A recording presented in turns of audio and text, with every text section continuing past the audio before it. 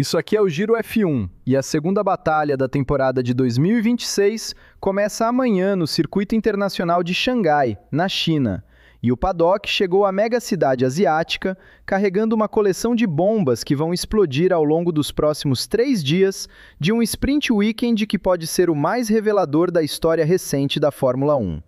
Não apenas porque é a segunda rodada do campeonato e porque a tabela de pontos ainda está fresca e decidível, mas porque Xangai é o laboratório definitivo que vai dizer, de uma vez por todas, se o problema técnico do superclipping que destruiu Melbourne é específico do asfalto ondulado e irregular do Parque Australiano ou se é uma ferida sistêmica que vai sangrar em todos os 24 grandes prêmios do calendário. Hoje, véspera do início das atividades oficiais, a gente vai montar o guia completo do que esse fim de semana significa, quem tem mais a ganhar e perder, e as revelações bombásticas que chegaram ao paddock before even one single lap was turned. Tem a asa traseira rotativa da Ferrari, que virou apelido na internet e está criando alvoroço nos fóruns técnicos há 48 horas.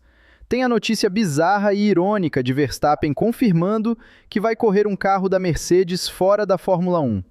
A FIA já publicou os parâmetros ajustados de energia para Xangai, detalhe que pode mudar tudo sobre o comportamento do superclipping nesse circuito. E é o primeiro sprint weekend de 2026, o que significa que Bortoleto e a Audi entram em campo num formato ainda mais implacável e revelador do que uma prova normal. Está tudo preparado para um fim de semana histérico. Mas antes de mergulharmos nesse assunto, eu preciso pedir sua ajuda para fortalecer nossa comunidade. Por favor, verifique se você já está inscrito no canal e deixe o seu like.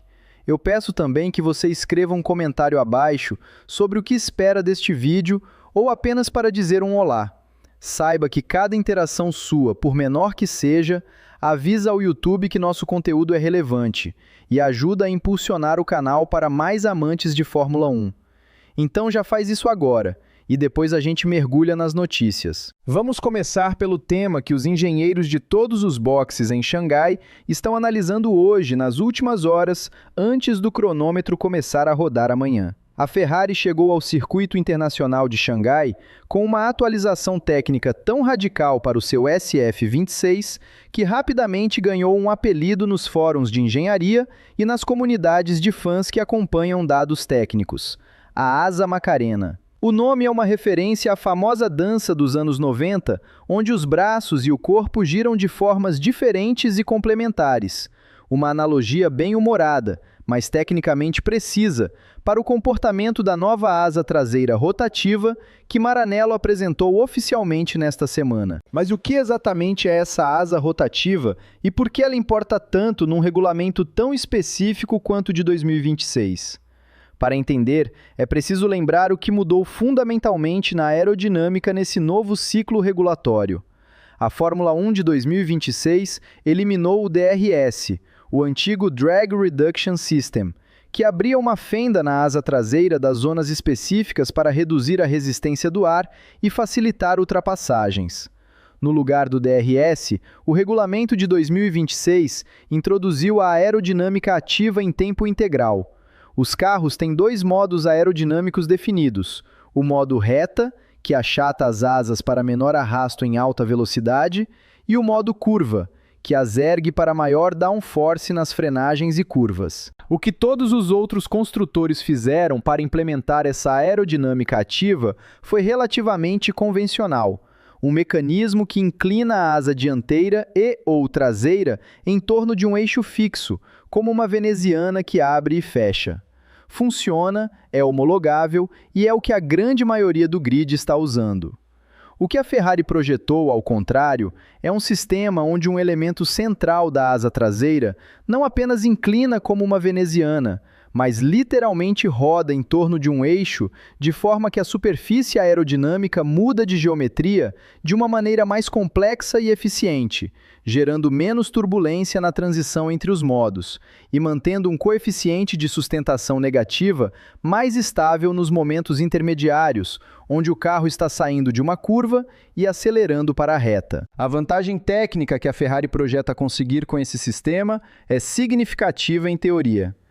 Quando um carro com asa convencional muda do modo curva para o modo reta, no início de uma aceleração de saída de curva, há um momento de transição onde a asa está em posição intermediária e a aerodinâmica é subótima para qualquer das duas situações. Com a rotação complexa da Macarena Wing, esse momento de transição é menor, mais suave e mais eficiente aerodinamicamente.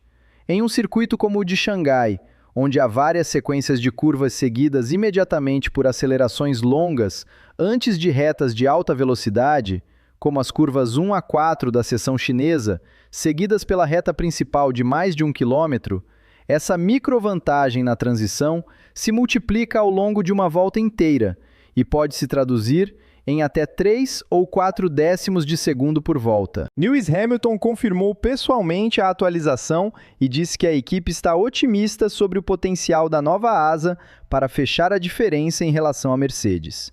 E a palavra fechar, usada por Hamilton, revela muito sobre como o Maranello analisa internamente a vantagem técnica que a equipe prateada construiu em Melbourne. Eles não estão dizendo que vão superar a Mercedes em Xangai, estão dizendo que vão reduzir a diferença. E qualquer redução de 3 ou 4 décimos por volta num circuito de 5,5 km como Xangai pode transformar uma diferença impossível de batalhar em pista em uma diferença gerenciável com estratégia de pit stop. E já que estamos falando de ironias do destino e do paddock de Fórmula 1, precisamos falar de uma das notícias mais paradoxalmente engraçadas desta semana, que praticamente passou batida no meio do barulhão do debate regulatório. Max Verstappen, o homem que chamou a Fórmula 1 de 2026 de Fórmula E com esteroides, que disse em público que não está se divertindo com a pilotagem sob as novas regras, que ameaçou deixar a categoria, esse mesmo Verstappen confirmou oficialmente que vai correr as famosas 24 horas de Nürburgring em maio, pilotando um Mercedes AMG GT3. Deixa isso estabelecer por um momento. O homem que mais criticou a equipe que lidera o campeonato com motor e software elétrico superior vai entrar dentro de um carro desta mesma montadora numa corrida de resistência no famoso circuito alemão. A ironia é tão grossa que chegou a gerar gozação nos bastidores do paddock em Xangai, com jornalistas e até membros de outras equipes fazendo piadas sobre Verstappen tendo que pedir para Toto Wolff o manual de bordo do carro. Mas brincadeiras à parte, a participação de Verstappen nas 24 horas do Nürburgring tem uma lógica que vai além da ironia. O projeto faz parte do programa da Verstappen Racing, empresa pessoal de Max, que comprou uma participação em programas de corrida de Touring Cars e GT. A Red Bull apoiou formalmente o projeto, porque para o holandês, correr com o Mercedes AMG GT3 na pista mais intimidadora da Europa é uma forma de manter o fio de competitividade afiado enquanto a Fórmula 1 resolve os seus problemas de regulamento. É o gene do vencedor pedindo pista. É quase uma necessidade biológica para pilotos dessa categoria.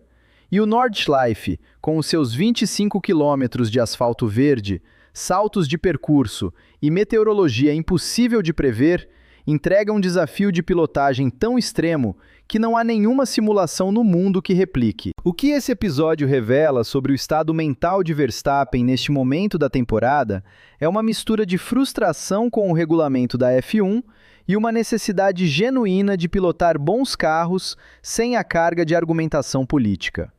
Dentro de um GT3 Mercedes no Nürburgring, Max não precisa reclamar de superclipping. Ele pode simplesmente pilotar com toda a velocidade e inteligência que ele tem. E para um tetracampeão que passou a semana dizendo que a pilotagem dos carros de 2026 não é divertida, a promessa de uma madrugada inteira no Nordschleife, ao volante de uma máquina de alto desempenho, deve soar como férias bem merecidas. Mas toda a conversa sobre a asa Macarena e as ironias de Verstappen no Mercedes existe dentro de um contexto maior, que é o verdadeiro protagonista desse fim de semana. Xangai vai ser o teste de laboratório definitivo do regulamento de 2026. E isso importa para muito além dos resultados da tabela de pontos. A razão pela qual o Circuito Internacional de Xangai foi identificado como o teste mais revelador para o superclipping é a sua sessão final icônica. O traçado de Xangai tem, entre as curvas 14 e 15, uma curva de raio crescente em espiral que obriga os carros a percorrer um arco de quase 270 graus a velocidades médias de 170 a 200 km por hora por um período que pode durar entre 8 e 12 segundos, dependendo da configuração de asa. Essa curva longa é, para o sistema de bateria dos novos carros de 2026, o equivalente de colocar alguém numa esteira elétrica à velocidade máxima por tempo prolongado. Ela esgota a carga disponível de forma muito mais intensa e contínua do que qualquer curva no traçado de Albert Park. O que isso vai revelar? Primeiro, vai mostrar se o ajuste nos parâmetros de energia que a FIA publicou oficialmente para o GP da China modifica o comportamento do superclipping nessa curva crítica ou se o problema continua da mesma forma que em Melbourne. A FIA confirmou que liberou os parâmetros operacionais de energia elétrica de deploy e recharge para Xangai, com modificações nos pontos de ativação do Overtake Mode, o modo de ultrapassagem, e nas margens de recarga durante a curva em espiral.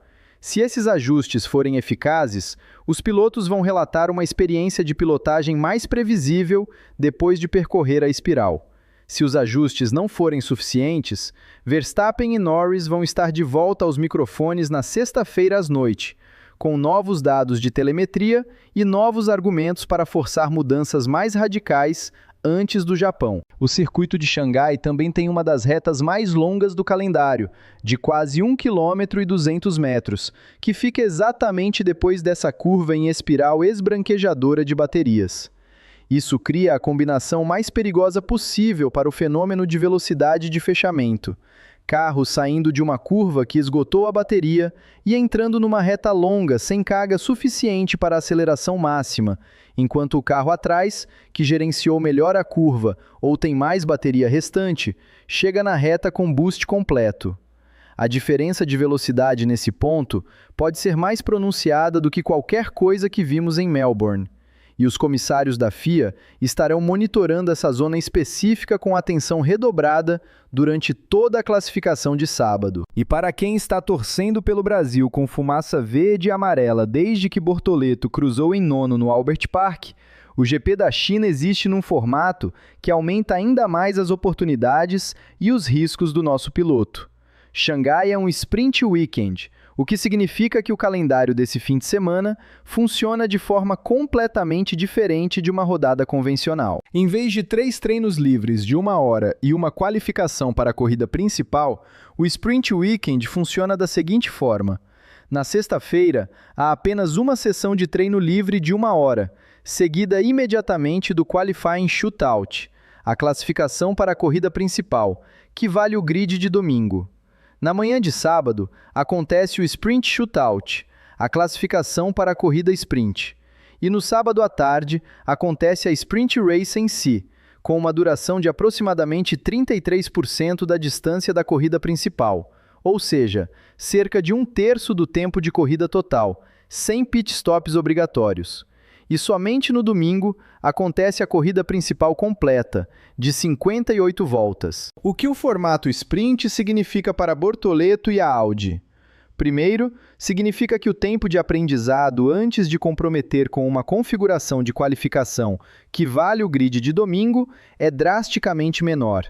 Em Melbourne, eles tiveram 2 treinos livres e uma sessão de qualificação para entender como o carro se comportava no asfalto australiano, com temperatura e pneus ideais. Em Xangai, eles têm apenas 1 hora de treino antes de já largarem para o modo competitivo máximo. Para uma equipe estreante em 2026, ainda calibrando seu software de gerenciamento de energia, esse defect em tempo de aprendizado é uma pressão adicional significativa. Por outro lado, o formato sprint oferece algo que um weekend convencional não dá. Uma corrida de 30 minutos no sábado que funciona como laboratório real de corrida antes da principal de domingo. Em termos práticos, Bortoleto terá a oportunidade de experimentar diferentes abordagens de gerenciamento de energia elétrica em condições reais de corrida, com pneus que esquentam, com carros ultrapassando por roda, com o Overtake Mode ativando no cockpit, e usar esse aprendizado para afinar a estratégia de domingo. É risco e oportunidade embalados juntos na mesma tarde de sábado. E dado o nível de maturidade que Gabriel mostrou em Melbourne, o paddock vai estar olhando com muita atenção para ver como a Audi se adapta a esse formato comprimido. Para fechar o nosso preview completo, deixa a gente montar o quadro de forças de quem mais tem a ganhar e a perder nesse fim de semana em Xangai. A Mercedes chega como favorita institucional. Eles venceram em Melbourne de forma convincente, têm o melhor entendimento do software de bateria do grid e chegam sem nenhuma atualização de chassi porque não precisam.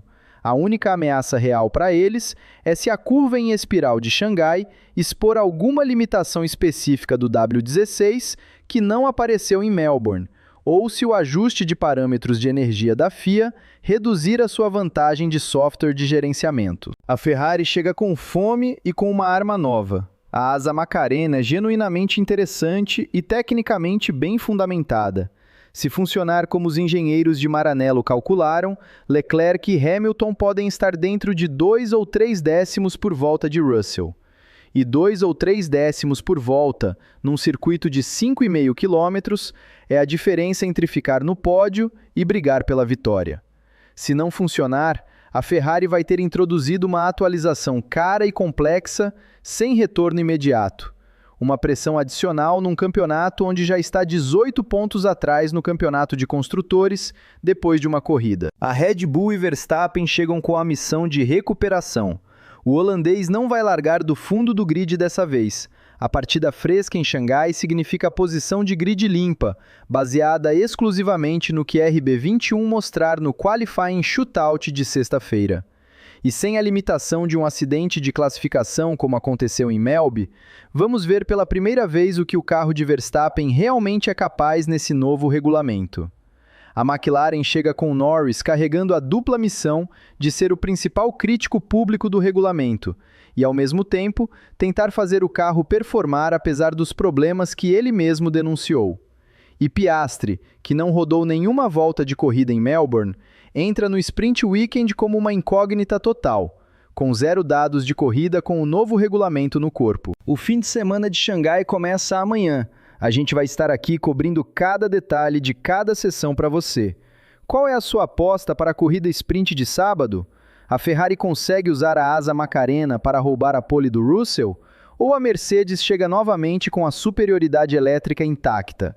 Me conta nos comentários, porque esse debate começa agora. E antes de eu ir, eu preciso pedir sua ajuda uma última vez para fortalecer nossa comunidade. Por favor, verifique se você já está inscrito no canal e deixe o seu like. Eu peço também que você escreva um comentário abaixo sobre o que achou deste vídeo, ou apenas para dizer o que achou. Saiba que cada interação sua, por menor que seja, avisa ao YouTube que nosso conteúdo é relevante e ajuda a impulsionar o canal para mais amantes de Fórmula 1. Até o próximo Giro F1.